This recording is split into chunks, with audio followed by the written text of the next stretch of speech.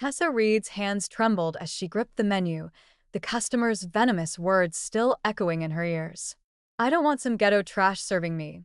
The woman had sneered loud enough for the entire restaurant to hear. "Get me a real waitress." The dinner crowd had gone silent, every eye in Bissimo turning toward her. Tessa felt the familiar burn of humiliation crawl up her neck, the same shame she'd swallowed 1,000 times before. She opened her mouth to apologize, to do what she always did, make herself smaller, invisible when she felt it, a presence. The air itself seemed to shift, growing heavier, dangerous. The woman's face drained of color as her gaze fixed on something behind Tessa. Someone Tessa didn't need to turn around to know who had entered. She'd heard the stories, the whispers about the man who owned half of Chicago, including this restaurant. Carson Russo. The name alone made grown men tremble, and he was standing directly behind her, so close she could feel the heat radiating from his body. His voice, when it came, was soft as silk and twice as deadly. "Repeat what you just said." This is where everything changed for Tessa, where her life took a turn she never could have imagined. If you want to discover how this moment transformed everything, subscribe to the channel and leave a comment telling us where you're watching from. Your support helps us bring you more stories like this one. Now, let's go back to where it all began. 3 months earlier, Tessa had stood in the same spot her first day at Bissimo, trying not to let her exhaustion show. She'd worked the breakfast shift at Joe's Diner across town, grabbed a 2-hour nap in her car, and now she was here, forcing a smile as the manager explained the dress code. Black dress, pressed and perfect, hair pulled back in a sleek bun. No jewelry except small earrings. She looked the part, even if the dress was from a thrift store, and she'd stayed up until midnight making sure every wrinkle was gone. High-end clientele, the manager had warned her. Businessmen, politicians, celebrities, and whatever you do, if Mr. Russo ever comes in, you treat him like royalty. Understood. Tessa had nodded, not really understanding. She'd heard the name whispered among the other staff, always with a mixture of fear and respect. Carson Russo, owner of the restaurant, owner of half the city if the rumors were true, connected to things no one talked about directly, but everyone knew existed in the shadows. She hadn't expected to see him. Men like that didn't show up to their restaurants on random Tuesday nights. But that first week, she'd been carrying a tray of dirty dishes through the kitchen when the entire staff suddenly snapped to attention. The head chef straightened his hat. The sous chef stopped mid-chop. Even Diego, the dishwasher, who never stopped talking, fell silent. "He's here," someone whispered.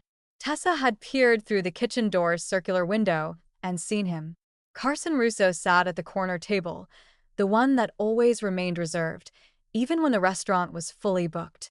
He wore a charcoal suit that probably cost more than her yearly rent, a white shirt open at the collar revealing the edge of an intricate tattoo that disappeared beneath the fabric.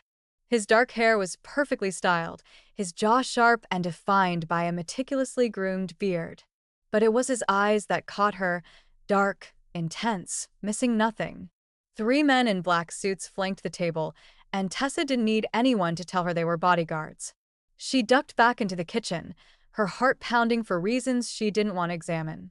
Men like that were dangerous, not just because of what they did, but because of how they made you feel when they looked at you, like you were the only person in the world who mattered right before they destroyed you. For 3 months, she'd managed to avoid serving him directly.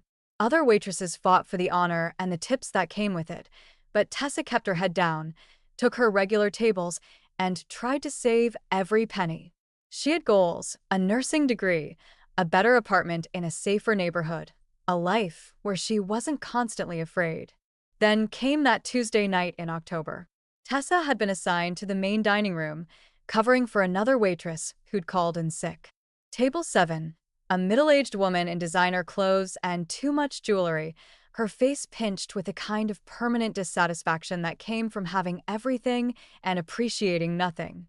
"I'll have the Capri salad to start," the woman had said without looking up from her phone. "And make sure the mozzarella is fresh. Last time it tasted like plastic." "Of course, ma'am, and for your main course, the salmon, grilled, not pan-seared, and absolutely no butter. Do you understand? No butter whatsoever." Tessa had written it all down, her smile never faltering. I'll make sure the chef knows. She turned to leave when the woman's voice stopped her. Wait. The tone made something in Tessa's stomach tighten. You're new, aren't you? I've been here for 3 months, ma'am. The woman's eyes traveled over her, cold and assessing. They're really lowering their standards, aren't they? I suppose they'll hire anyone these days. Tessa's smile froze. She knew that tone, had heard it in 100 different variations throughout her life, the subtle dig wrapped in plausible deniability. I assure you, ma'am, everyone here is trained to the highest standard. I didn't ask for your life story. The woman waved her hand dismissively. Just bring my food and try not to mess it up. Tessa had escaped to the kitchen, forcing down the humiliation that threatened to choke her. She'd dealt with worse. So much worse. This was nothing. But when she returned with a caprese salad, perfectly arranged on fine china, the woman barely glanced at it before pushing it away. This looks nothing like what I ordered. The basil is wilted. It wasn't. Tessa had watched the chef prepare it herself, had seen the fresh basil leaves picked from the restaurant's own garden. Ma'am, I can assure you, are you calling me a liar? The woman's voice, Iris, cutting through the ambient conversation in the restaurant, heads turned. I said the basil is wilted. Look at it. Tessa looked. The basil was perfect, vibrant, green, and aromatic. But she knew this game. She'd lose no matter what she said. I apologize, ma'am.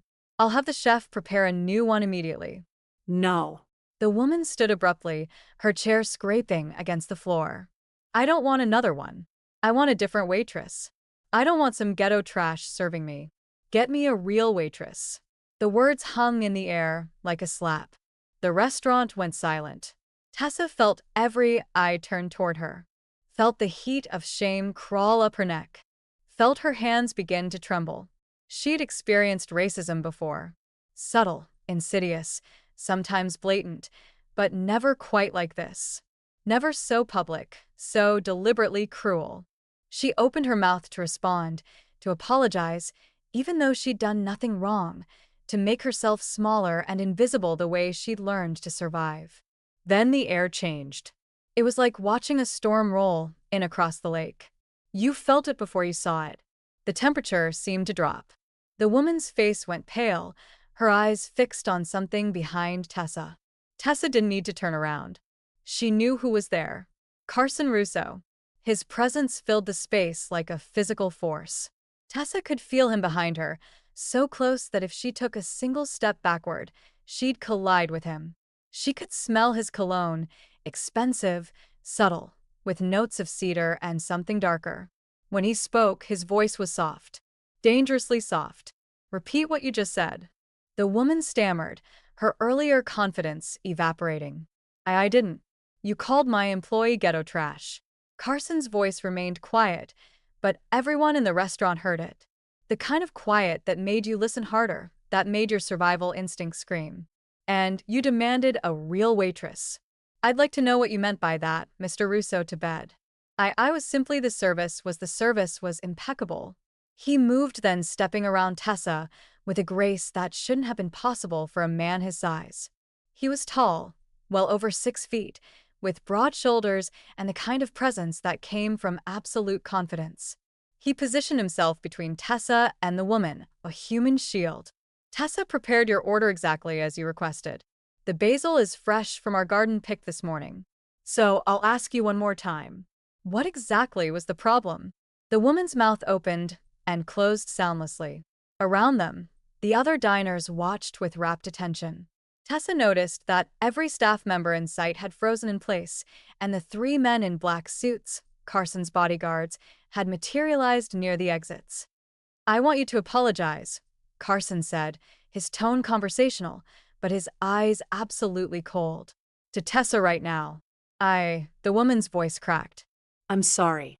I didn't mean you did mean it. Carson leaned forward slightly, and the woman actually flinched. You meant every word. But you're going to apologize anyway, and then you're going to leave my restaurant and never return. And if I hear that you've treated anyone else the way you just treated her anywhere in this city, I'm going to take it personally. Do we understand each other? The woman nodded frantically. I'm sorry, she whispered to Tessa. I'm so sorry. I was out of line. I leave. Carson's voice cut through her apology like a blade. If you're enjoying this story and want to see what happens next, please subscribe to our channel and let us know in the comments where you're watching from. Your support means everything to us as we continue bringing these stories to life. Now the woman grabbed her purse and fled, her heels clicking frantically against the floor. The moment the door closed behind her, the restaurant seemed to exhale collectively. Conversation resumed, but quieter now, charged with electricity. Carson turned to Tessa, and for the first time, she met his eyes directly. They were dark brown, almost black, and they studied her with an intensity that made her feel exposed. Scene.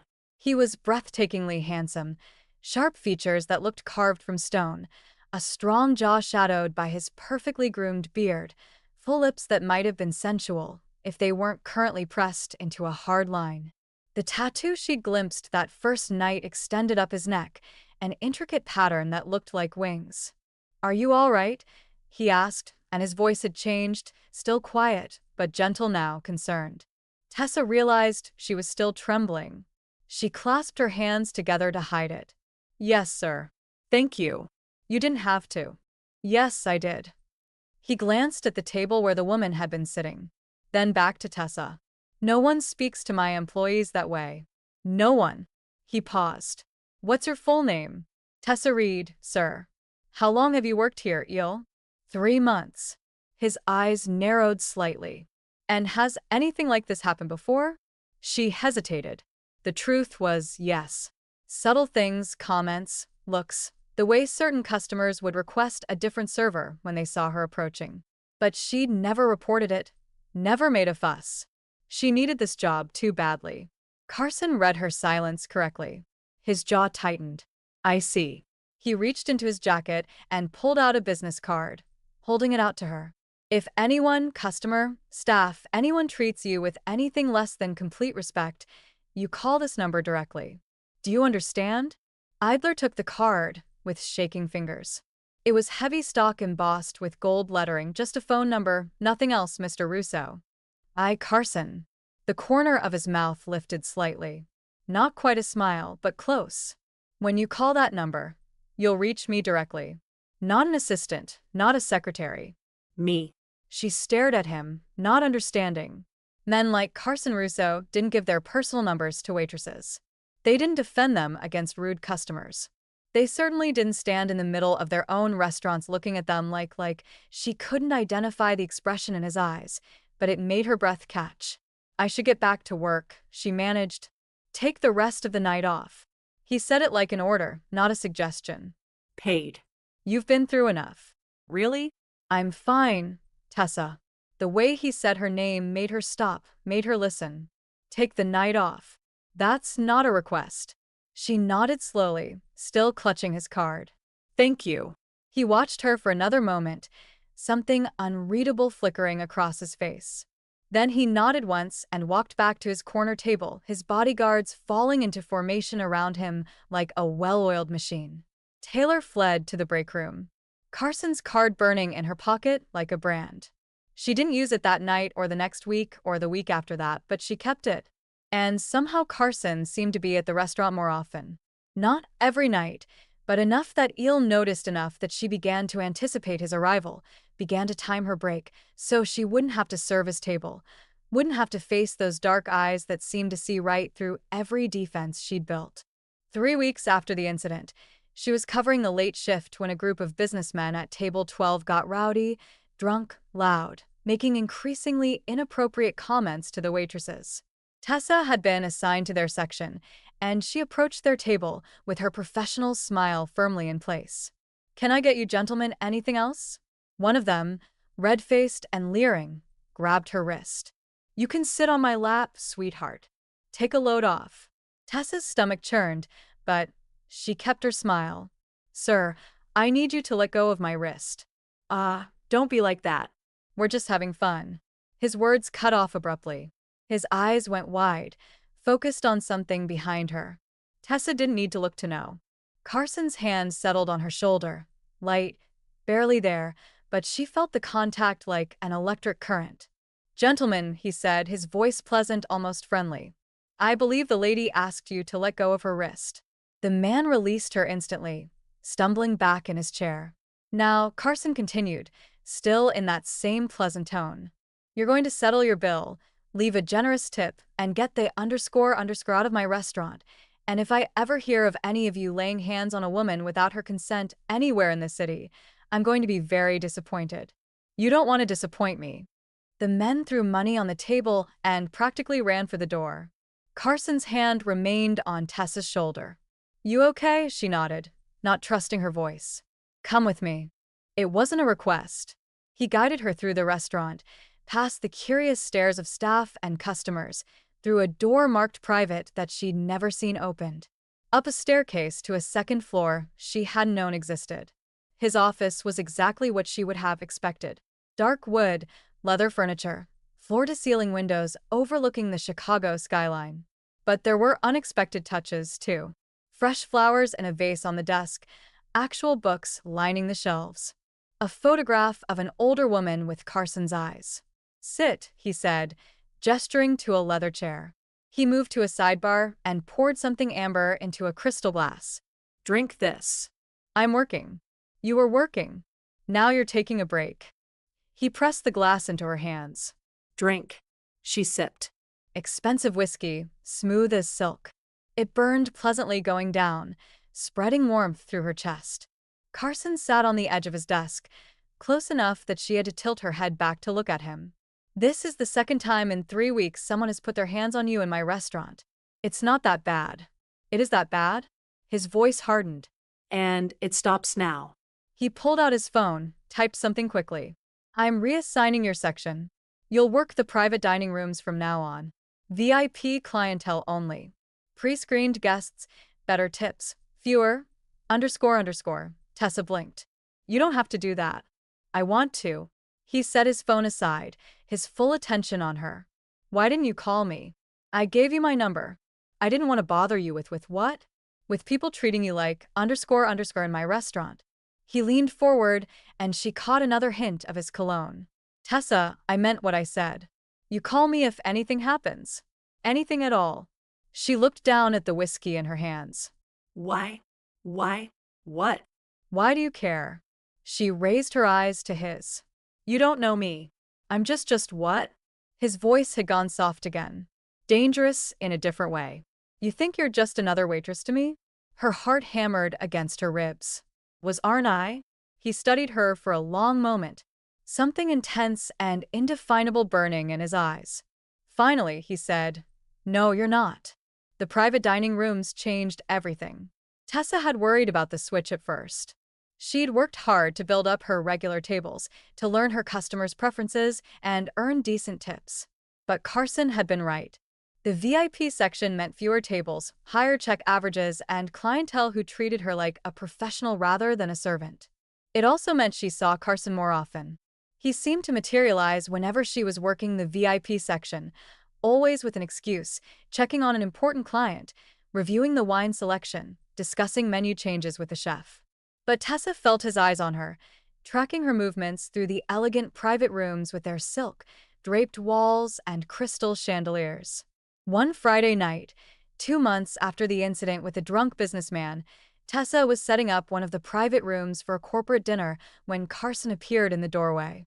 "Tessa," he said her name like a question, like a statement, like something more.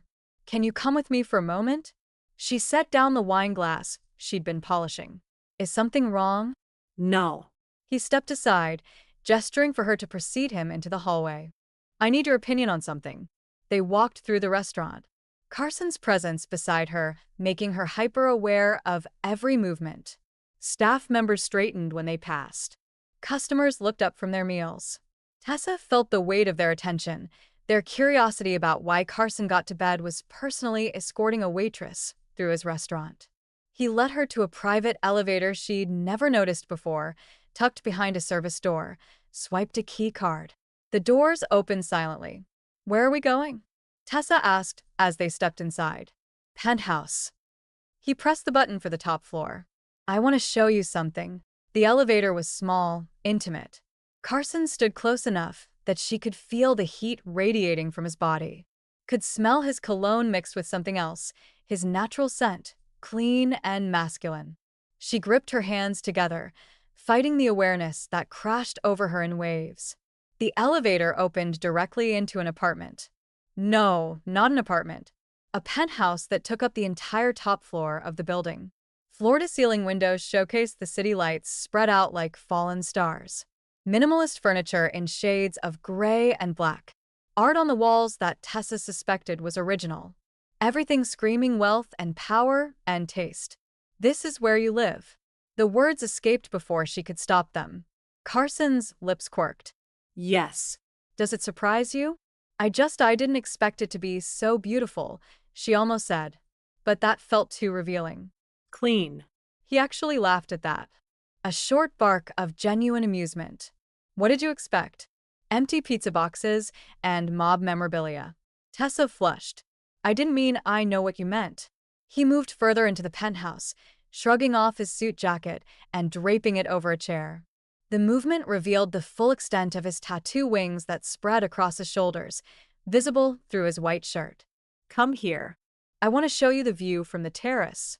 He unlocked a glass door and stepped out onto a terrace that wrapped around the entire penthouse. The Chicago wind hit them immediately, cool and sharp, carrying the scent of a lake. Tessa shivered, and without a word Carson draped his jacket around her shoulders. It smelled like him, enveloped her in warmth and cedar and something indefinably Carson. It's beautiful, she breathed, staring out at the city lights. It is. But when she glanced at him, he wasn't looking at the view. He was looking at her. Her breath caught. She should say something, do something to break the tension stretching between them like a wire-pulled taut. Instead, she asked, "Why did you bring me up here?" Carson turned to face her fully, leaning back against the terrace railing. The city lights behind him turned him into a silhouette, all sharp edges and dangerous beauty. I wanted you to see who I really am. I don't understand. Downstairs in the restaurant, I'm the boss, the owner, the man everyone's afraid of. His voice was quiet, intimate. Up here, I'm just me, and I wanted you to see this place, to know that I'm human. Tessa's heart hammered. Why does it matter what I think? He pushed off the railing, closing the distance between them until only a foot of space separated them until she had to tilt her head back to maintain eye contact. You really don't know. She shook her head, not trusting her voice. Carson reached out slowly, giving her time to pull away. His fingers brushed her cheek, gentle as a whisper. I haven't been able to stop thinking about you since the moment I first saw you 3 months ago in the kitchen, peeking through that window like you were afraid to be seen. You saw me. I see everything, Tessa. His thumb traced her jawline. Especially you. The way you work twice as hard as anyone else. The way you're kind to the kitchen staff even when you're exhausted. The way you never ever let them see you break. His hand slid to cup her face. The way you're so __ beautiful. It hurts to look at you. Carson. His name came out breathless. Tell me I'm wrong. His other hand came up to frame her face, holding her like she was something precious, breakable. Tell me you don't feel this thing between us, and I'll take you back downstairs right now. I'll never bring it up again. Tessa knew she should say it. Should protect herself from whatever this was. This dangerous attraction to a man who lived in a world of violence and power, a man who could destroy her with a single word. But she'd never been good at lying. I feel it, she whispered. Carson's eyes flared with heat.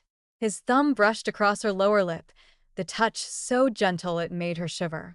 I want to kiss you, but I need you to tell me it's okay. I need you to want it too. She should say no, should be smart and cautious and protect herself.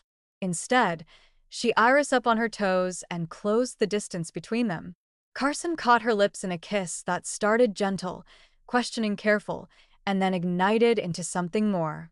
His hands slid into her hair, scattering bobby pins and releasing the tight bun she always wore for work. Her hair tumbled down around her shoulders, and he groaned into her mouth. One hand tangling in the curls, while the other pulled her body flush against his. Tessa had been kissed before. Quick pecks, fumbling teenage experiments, awkward encounters that left her wondering what all the fuss was about. This was nothing like that. This was being consumed. Carson kissed her like she was air, and he was drowning, like he'd been waiting his entire life for this moment. His lips moved against hers with skill and certainty, coaxing responses from her body she didn't know she was capable of giving.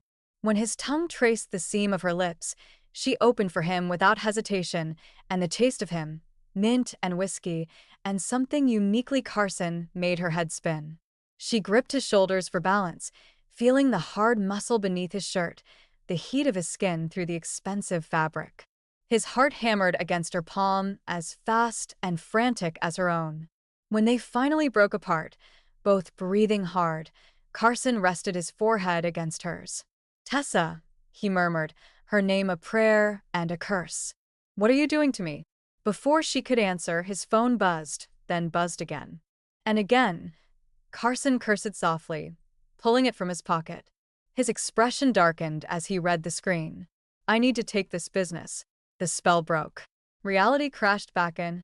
She was a waitress who just kissed her boss, a mafia boss in his penthouse apartment overlooking the city he controlled.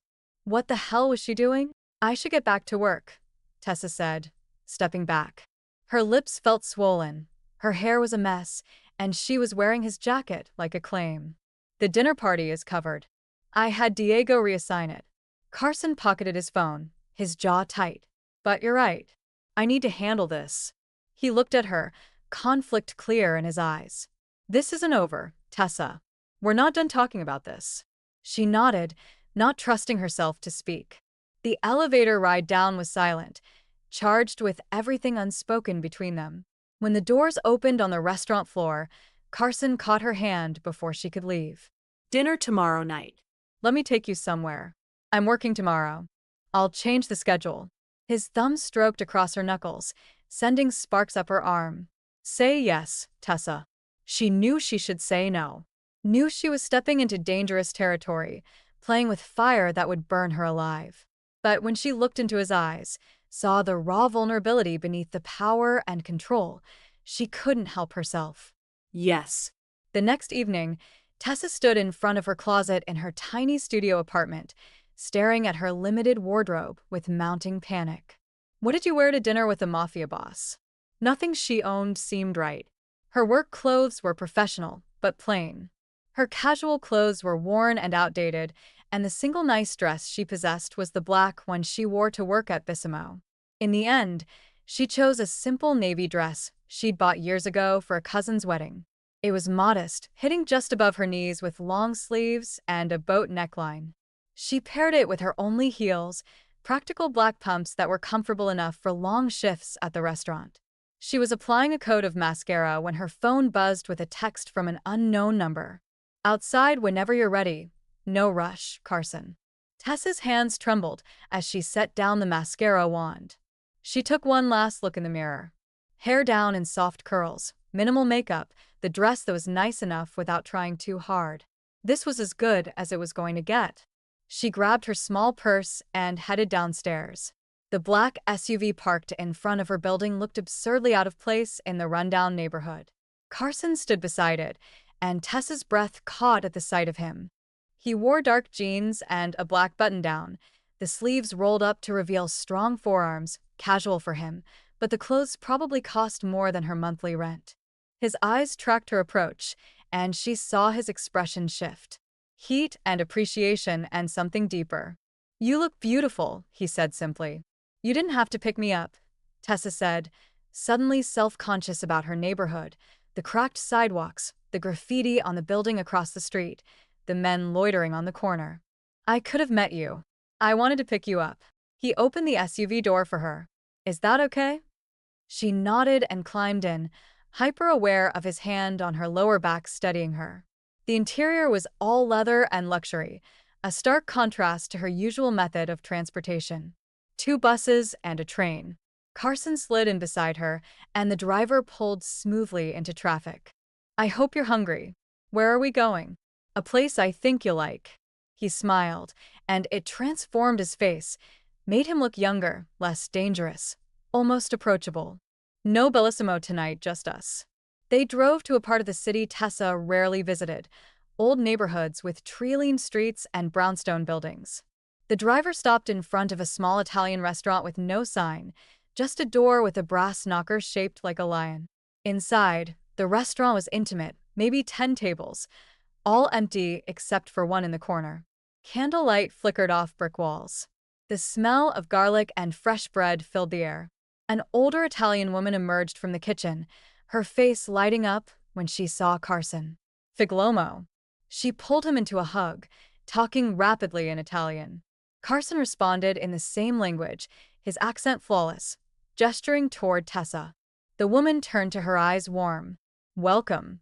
Welcome. Any friend of Carson's family here? I'm Nonna Maria. She took Tessa's hands in hers. Come sit. I'll bring you the best meal you've ever had. As they settled at the corner table, Tessa raised an eyebrow at Carson. Figli mio, my son. She's not actually my grandmother, Carson said with a slight smile. But she might as well be. Her late husband worked for my father. When he died, my family made sure she was taken care of. This restaurant is hers. That was kind of your family. Something flickered across Carson's face. My father wasn't always kind, but he understood loyalty. He reached across the table, taking her hand. I don't want to talk about my father tonight. I want to know about you. The real you, not the version you show the restaurant. Tessa hesitated. She'd built walls around her personal life, kept everything separate from work. But something about the candlelight, the intimacy of the small restaurant, Carson's hand warm around hers. It made her want to let him in. There's not much to tell, she started. I don't believe that for a second. His thumb stroked across her knuckles. Where are you from? Do you have family in Chicago? I grew up on the South Side. My mom raised me alone. My father left before I was born. Tessa stared at their joined hands. She worked 3 jobs to keep us fed, kept me in school, made sure I had opportunities she never did. She wanted me to go to college, become a nurse. That was always the plan. What happened? She got sick. Cancer. The words still hurt even after 3 years. I dropped out to take care of her. Use my college savings for her treatments. She fought for 2 years, and then Tessa's voice caught. Then she was gone. And I had nothing. No degree, no savings, just debt from medical bills. Carson's grip on her hand tightened. I'm sorry. I'm working toward nursing school again. Slowly, 1 class at a time when I can afford it. She met his eyes. That's why I need the job at Bellissimo. The tips are good. The schedule is flexible. I'm saving every penny. And where do you live? She told him about the studio apartment, the long commute, the neighborhood where she heard gunshots at night, and kept her windows locked even in summer. She didn't tell him about the fear that lived in her chest, the constant worry that one wrong turn would put her back to zero. Nonna Maria appeared with plates of food. Homemade pasta, fresh bread, a salad that tasted like summer. Mania manga, she commanded, and Tessa found herself laughing, the tension breaking. The food was incredible. They ate and talked, and Tessa found herself relaxing in a way she hadn't in years. Carson told her about growing up in his father's world, the violence he'd witnessed, the choices he'd had to make, the code of honor that governed everything. He didn't sugarcoat it, didn't make excuses. I'm not a good man, Tessa, he said quietly, twirling pasta on his fork. I've done things that would make you run screaming if you knew the details. I heard people who threaten what's mine. I make decisions that keep me up at night. Then why do it? She asked. You have money. You could walk away. Could I? He set down his fork, his expression serious. This life doesn't let you go, Tessa. Once you're in, you're in. The families I control, the businesses, the people who depend on me. Walking away would create a power vacuum. War, death. So I stay and I try to be better than my father was. Try to build something that's more than just violence and fear. Like legitimate businesses, like Bellissimo, like the restaurant, like the properties I develop, the charities I fund. He leaned back. I'll never be clean, Tessa. But I can try to be less dirty. She studied him in the candlelight. This complicated, dangerous, unexpectedly vulnerable man. Why me? She asked softly. You could have anyone. Why a waitress with nothing to offer you? Carson's eyes flashed. Don't do that. Don't diminish yourself. He reached across the table again, taking both her hands this time. For you want to know what I see when I look at you. I see a woman who works herself to exhaustion to honor her mother's dreams, who faces down drunk businessmen and racist customers with grace and dignity, who's kind to everyone even when they don't deserve it, who's so _ strong it takes my breath away. His voice dropped lower. And yes, you're beautiful. So beautiful, I can't think straight when you're near me. But that's not why I want you. I want you because you're real in a world full of people who pretend. Tessa's throat tightened. No one had ever looked at her the way Carson was looking at her now, like she hung the moon. Like she was precious and powerful and worth everything. I'm scared, she admitted. Of this, of you, of what happens when this, whatever this is, ends badly. What if it doesn't end badly? Carson stood, pulling her up with him. What if it ends perfectly? What if we get everything we want? He cupped her face, his touch gentle, despite the calluses on his hands. I know I'm asking a lot. I know my world is dangerous, that being with me puts a target on your back. But Tessa, I swear to you, I will never let anything hurt you. I will protect you with everything I have. Carson. He kissed her, then soft and sweet, tasting like wine and promises. When they broke apart, he rested his forehead against hers. Stay with me tonight. Not like that, unless you want to, but just stay. Let me hold you. Let me show you that you're safe with me. Every rational part of Eel's brain screamed at her to say no, to protect herself from the inevitable heartbreak. But her heart had already made the decision. Okay, she whispered. Okay. They left the restaurant hand in hand, and Tessa didn't see the black sedan that had been following them since they left her apartment. Didn't see the man in the driver's seat lift a camera and take photos of her and Carson together. Didn't know that in 3 days, everything was going to change. The next 3 days were perfect. Carson rearranged her schedule, so they had the same days off. They spent hours in his penthouse talking and laughing and learning each other. He cooked for her actual home-cooked meals, and she discovered he was surprisingly skilled in the kitchen. They watched old movies curled up on his couch, and Tessa felt something in her chest loosen, something tight and guarded, finally allowing itself to hope. On the 4th day, Tessa was working the lunch shift when her phone rang. Unknown number. She almost didn't answer, but something made her step into the staff room and pick up.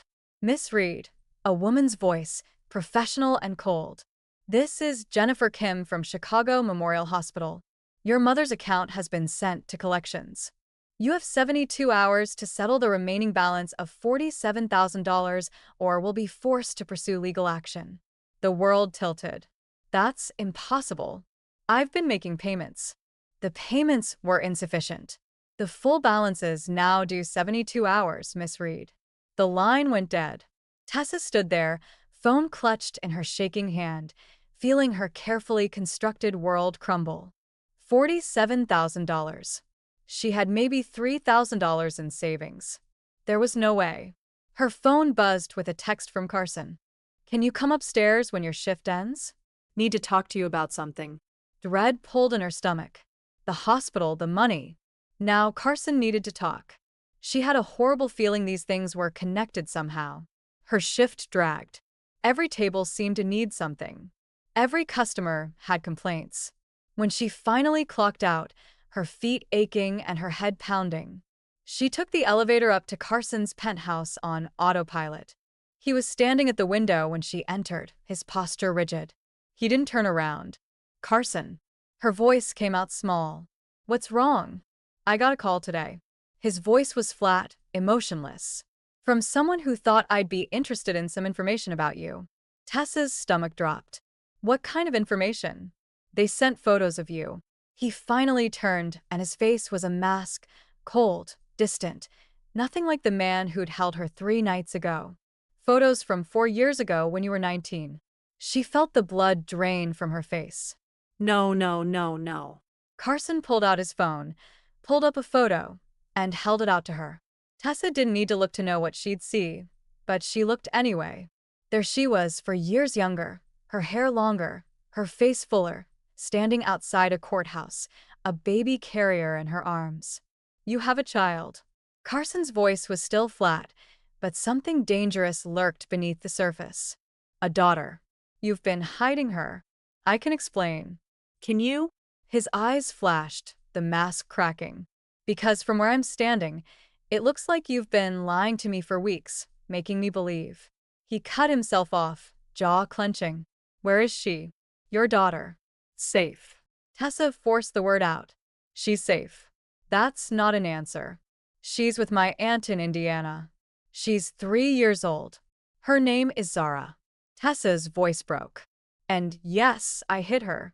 I had to. From me." The words were sharp. Hurt. "From everyone." Flyers stepped toward him. Desperate to make him understand. "Carson, I'm a single black mother working as a waitress. Do you know how people look at me when they find out? The assumptions they make. I've been turned down for jobs, passed over for promotions, treated like I'm stupid or lazy." Or she stopped, breathing hard. "I keep her separate to protect her, to protect myself, because the world is cruel to women like me." "I'm not the world," Carson said, his voice rough. "I thought." He turned away again. "I thought we were building something real, something honest. But you couldn't trust me with the most important part of your life." "It's not about trust, then." "What is it about?" He spun back to face her. "Because from where I'm standing, it looks like you were using me. Getting close to the rich guy securing your job, maybe hoping for more. That's not fair, isn't it?" He moved closer, and she saw real pain in his eyes beneath the anger. "You know what I do, Tessa? You know the kind of man I am. But I was honest with you. I told you everything. Showed you parts of myself I've never shown anyone, and you couldn't do the same." "I was going to tell you," Tessa said desperately. "I was just waiting for the right time." "There's never a right time for a lie." Carson's jaw was tight. "Whoever sent these photos, they know about Zara now. Which means my enemies know, which means your daughter is in danger because of me. Because you brought her into my world without giving me a chance to protect her." The words hit Tessa like a slap. He was right. God, he was right. She'd been so focused on protecting Zara from judgment, from prying eyes, that she hadn't considered the real danger, the danger that came from being connected to Carson Russo. "I'm sorry," she whispered. "You're right. I should have told you I should have." Her phone rang, cutting through the tension. The number on the screen made her blood run cold. "I need to take this," she said, answering before Carson could respond. "Aunt Sophia." Her aunt's voice came through tight with panic. "Tessa baby, I'm so sorry. Men came to the house. They were asking about you, about Zara. I didn't tell them anything, but they know. They know where we live." The world went white at the edges. "Are you okay? Is Zara?" We're fine. "We're at the police station." "But Tessa, these men, they weren't normal. They were. I know what they were." Tessa's voice shook. "Stay there. Don't leave the police station. I'm coming to get you." She hung up and looked at Carson. Whatever he saw in her face made his anger evaporate instantly. "What happened?" "Men went to my aunt's house. They were looking for Zara." Tears burned her eyes. "This is my fault. I brought this on her." No. Carson was already moving, pulling out his phone, barking orders in Italian. "You didn't bring this on anyone.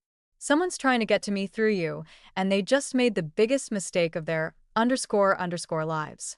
He looked at her, and she saw the Mafia boss now cold, calculating, absolutely lethal. "We're going to Indiana now, and then we're going to bring your daughter somewhere safe. Somewhere no one will ever touch her." "Carson, you don't have to." "Yes, I do." He gripped her shoulders. "I told you I would protect you. That includes your daughter. That includes everyone you love." His expression softened slightly. "I'm angry you didn't trust me, Tessa. We're going to talk about that, but right now the only thing that matters is keeping your family safe, okay?" She nodded, unable to speak past the lump in her throat. Okay.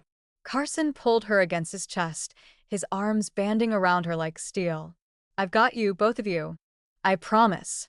20 minutes later, they were on Carson's private helicopter heading to Indiana. His phone hadn't stopped ringing. He was coordinating security, tracking down whoever had sent those photos, mobilizing resources Tessa couldn't begin to comprehend.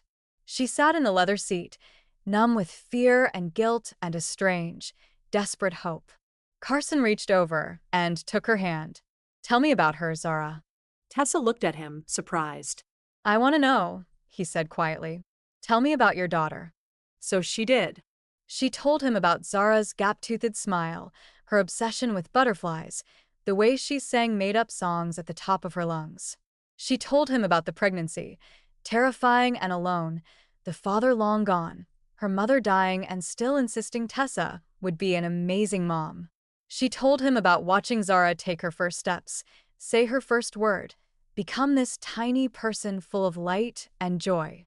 By the time they landed, Carson knew everything. The police station was small, fluorescent lit, institutional. Tessa's Aunt Sophia sat in a plastic chair, her arm around a little girl with dark curls and Tessa's exact eyes. Mommy. Zara's face lit up and she launched herself across the room. Tessa caught her, breathing in the familiar scent of strawberry shampoo and childhood. "Baby, I'm so sorry. Are you okay? Did anyone hurt you?" "I'm okay." Zara pulled back, her face serious. "Auntie Sophia said we had an adventure." But I was scared, Mommy. "Those men were mean." "I know, baby. I know." Tessa held her tighter, tears streaming down her face. "But you're safe now. I promise you're safe. Mommy." Zara was looking over Tessa's shoulder. Who's that? Tessa turned. Carson stood a few feet away, his bodyguards flanking him, his expression carefully neutral, but his eyes were on Zara with an intensity that made Tessa's breath catch. "That's," Tessa swallowed. "That's Carson. He's my friend. He helped me come get you." Zara studied him with the unfiltered curiosity of a 3-year-old. "You're really tall." Carson's lips twitched. He crouched down to Zara's level, making himself smaller, less intimidating. "I am pretty tall." "You're right. Are you a prince? You dress like a prince." "No, not a prince. Just a guy who wanted to make sure you and your mommy are safe." Zara considered this. Then she smiled, that same gap-toothed smile Tessa had described on the helicopter, and held out her hand. I'm Zara. "I'm 3.5." Carson shook her tiny hand with absolute seriousness. "It's very nice to meet you, Zara. I'm Carson. I'm 36. Zara giggled. "That's really old." "It is really old," Carson agreed gravely. "Practically ancient." Despite everything, the fear, the chaos, the danger, Tessa felt something warm bloom in her chest. 2 hours later, they were back on the helicopter heading to Chicago. Zara had fallen asleep in Eel's arms, exhausted from the day's excitement. Carson sat across from them, his eyes never leaving their faces. "She's beautiful," he said softly. "She looks just like you." "Carson, I don't." He leaned forward, careful not to wake Ma. "Don't apologize again. I understand why you hid her. I don't like it, but I understand." He reached out, brushing a curl away from Zara's sleeping face. "But from now on, no more secrets. Not between us." Deal. Deal. "And Tessa." His eyes met hers, fierce and protective. I meant what I said. "I'm going to keep both of you safe. Whatever it takes." Why? The question came out as a whisper. "You barely know us. Why would you take this on?" Carson smiled, and it transformed his face, made him look younger, vulnerable, almost hopeful. "I think you know why." She did. "God help her." She did. They landed on the roof of Carson's building as dawn broke over Chicago. He'd made arrangements. An entire floor of his building converted into a safe, comfortable apartment for Tessa and Zara, complete with a room full of toys and a kitchen stocked with child-friendly food. "How did you?" Tessa stared at the toys, the small bed with princess sheets, the stuffed animals arranged carefully on the shelves. "I made some calls." Carson shrugged. "I wanted Zara to feel comfortable." Zara, awake now, stared at the room with wide eyes. "Mommy, is this ours?" "For now, baby, until we figure everything out." "Can I play with the toys?" "Of course." Zara immediately dove into the toy box, pulling out dolls and blocks with the enthusiasm only a 3-year-old could muster. Carson touched Tessa's arm. Can we talk on the terrace? They stepped outside, leaving the door cracked so Tessa could hear Zara. The sun was rising, painting the sky in shades of pink and gold. I found out who sent the photos, Carson said without preamble. The Bellini family. They're trying to expand into my territory, and they thought getting leverage on you would hurt me. Did it work? Yes. He turned to face her, his expression serious. But not the way they thought. They didn't hurt me by revealing your secret, EA. They hurt me by putting you and Zara in danger. And that's something I can't forgive. What are you going to do? What I always do. Handle it. He took her hand. But I need you to be honest with me about everything. Can you do that? Tessa nodded. Do you want this? Carson gestured between them.